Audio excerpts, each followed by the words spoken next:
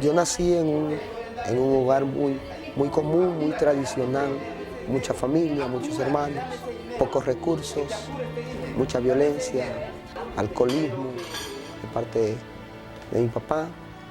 Yo soy el séptimo de 11 hermanos, vivimos muy limitados, aparte de la violencia que había en la casa, la necesidad de muchas cosas. Pero en medio de todo, Emir observaba que su mamá era diferente. Ella tenía que trabajar para mantenernos y también bregar con mi papá, pues con el alcoholismo de mi papá. Pero fue una mujer que desde que tengo uso de razón siempre ella se entregó al Señor. Ella siempre oraba y profetizaba por sus hijos en medio del sufrimiento, en medio de toda la situación. Una de esas veces que yo la escuché, ella decía que le daba gracias por todos sus hijos y que le daba gracias especialmente por uno. Te doy gracias por mi hijo, el que va a ser pastor, y va a andar en las naciones, y va a ser un siervo tuyo, grande.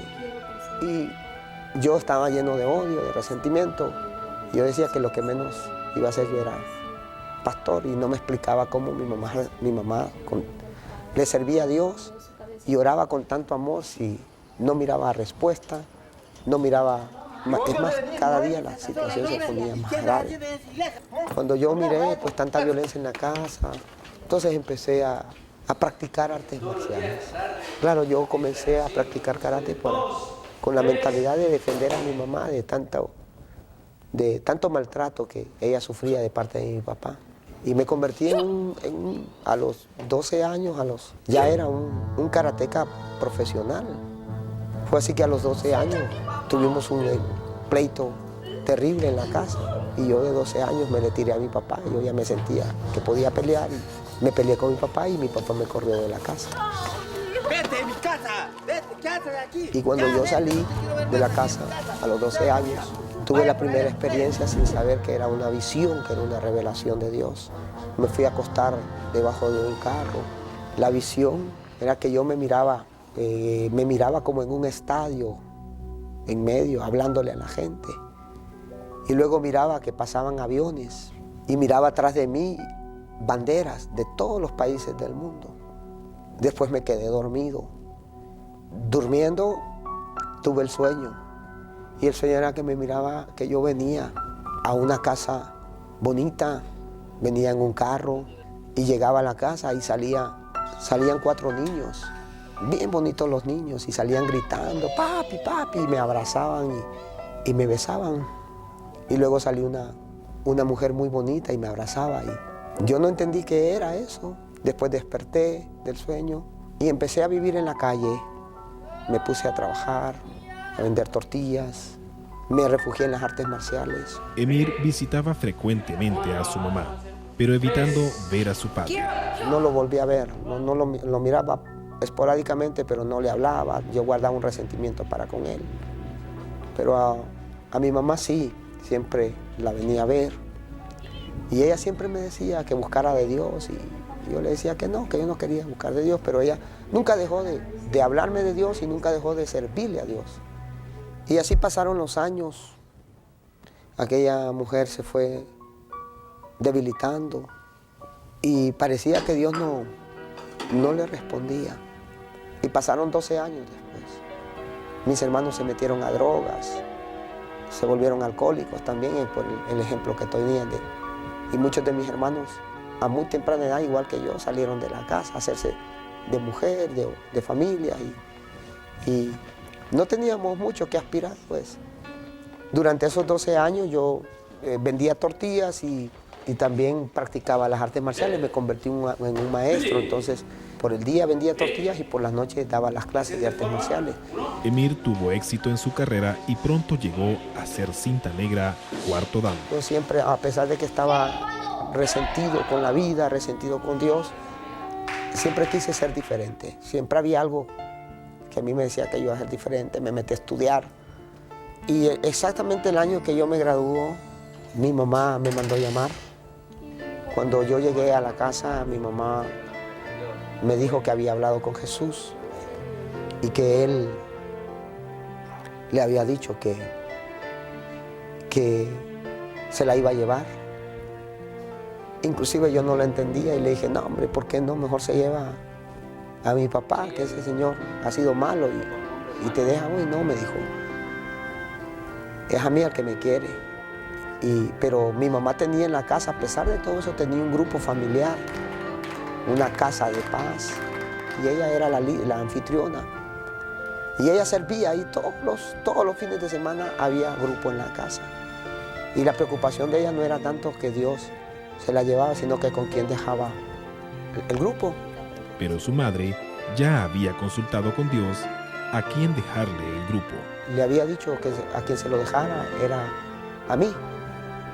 Y cuando ella me dijo que me entregaba al grupo, yo hasta ese momento no amo a Dios, no conozco a Dios, estoy resentido, pero yo no le pude decir que no. Entonces yo le dije que sí, que yo iba a cuidarle el grupo. Fue así que yo la fui a dejar a donde mi abuela, en Comayagua.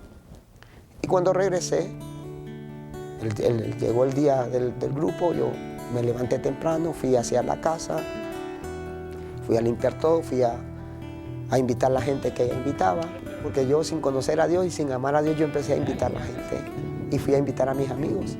A todo eso yo ya era un maestro de artes marciales y ya era muy reconocido por las artes marciales. Y mis amigos me decían, pero vos, invitándome para la iglesia, si vos sos gran peleón, vos sos gran, imagina, te lo mira, si no vas, te voy a patear, les decía. Fue así que llegaron 7 de mis amigos, llegaron ese día más presionados por la amenaza que por tener un encuentro con Dios. Pero ese día llegó la líder y predicó, y la palabra que dio ella me tocó mi corazón, y ella cuando hizo el llamado, mis 7 amigos se entregaron al Señor. Y yo no podía, yo sentía una atadura. Pero de allí llegó y me dijo, hoy es tu día. Yo sentí que se rompió algo y sentí un deseo de llorar. Y empecé a llorar y a llorar. Y ahí fue la primera vez que yo tuve un encuentro con Jesús. Ahí encontré al Señor y Él habló y todo aquel dolor y aquel resentimiento, todo eso desapareció en segundos. Me llenó una felicidad, me llenó una alegría dentro de mí. Ya no era igual. Yo salí de ese grupo y salí corriendo por toda la colonia diciéndole a todo al que me encontraba, ya acepté a Cristo, ya acepté a Cristo. Y todos me quedaban viendo como raro y desde ese momento no paraba de hablar de Él. Al día siguiente yo me fui a la iglesia de mi mamá. Cuando llegué a la iglesia, pues nadie me conocía.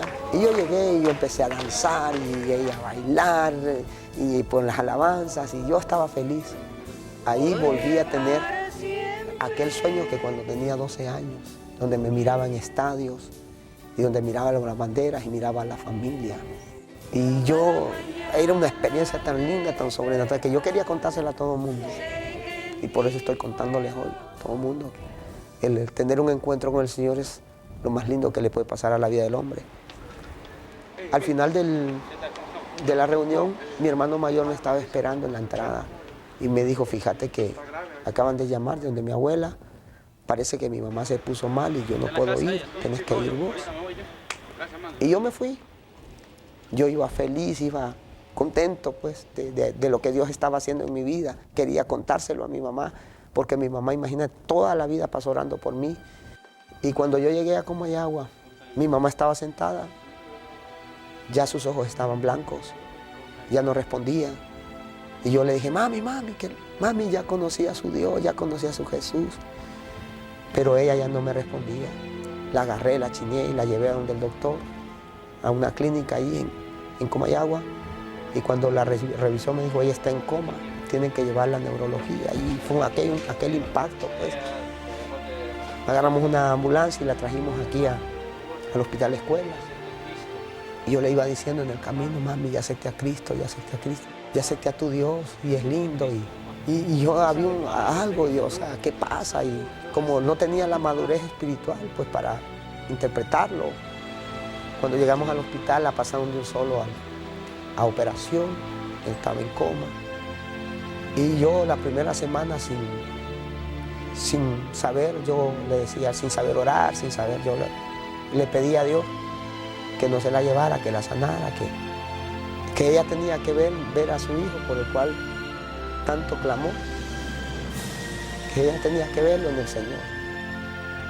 En esa semana el Espíritu Santo me habló y me volvió a decir que Él le había dicho a ella que se la llevaba, pero que lo que ella había empezado a hacer yo lo tenía que seguir. Y me mostró dónde la iba a llevar a ella, y me mostró también dónde iba a llevar a la gente que no se va sin Cristo. Y yo les digo, el lugar que tiene preparado para nosotros el Señor es lindo, es un paraíso, es algo lindo, pero el lugar donde está la gente que no conoce a Dios es terrible, es tormentoso, no se lo deseo a nadie. Y entonces esa semana yo cambié la oración y le dije, bueno, Señor, haz tu voluntad con ella. Y fue así que el 3 de octubre, yo me convertí el 19 de septiembre, el 3 de octubre, 2 semanas después, ella partió a la presencia de Dios. No me vio en el Señor, pero me dejó esta herencia. Y a partir de ahí me metí en la iglesia a servirle a Dios. Ese grupo lo multipliqué y en cuestión de 3 años levanté grupos, células familiares ahí. Y fue así que el año 97 recibí el llamado. Estuve 2 años viajando a Guatemala a prepararme, 15 días en Guatemala, 15 días acá, y evangelizando y ganando almas. Los primeros años empecé a ganarme jóvenes pandilleros, a ganar pandillas, a deshacer pandillas. 11 años después, esa célula se ha convertido en una gran congregación. Me casé, Dios me regaló a mi esposa. El Señor me bendijo con 4 varones y me ha bendecido también como padre espiritual en una iglesia apostólica, porque ya no solamente soy un pastor de la iglesia, sino que Dios me ha permitido desarrollar el ministerio aquí en Honduras. Tenemos iglesias pastores en Estados Unidos, pastores en México, toda Centroamérica, Panamá, y ahora hasta estamos en Chile, tenemos pastores en Chile. Así que Dios cumple lo que le promete a una madre. Mi mamá cree en el Señor Jesucristo y serás salvo tú y tu casa. Y no importa que tus hijos estén largos de Dios, el poder de la oración de una madre profetiza sobre tus hijos. Porque Dios, aquí estoy yo soy un testimonio de ser un niño que se crió sin nada, resentido. Ahora soy un apóstol que bendigo esta nación y que bendigo las naciones para la gloria de Dios.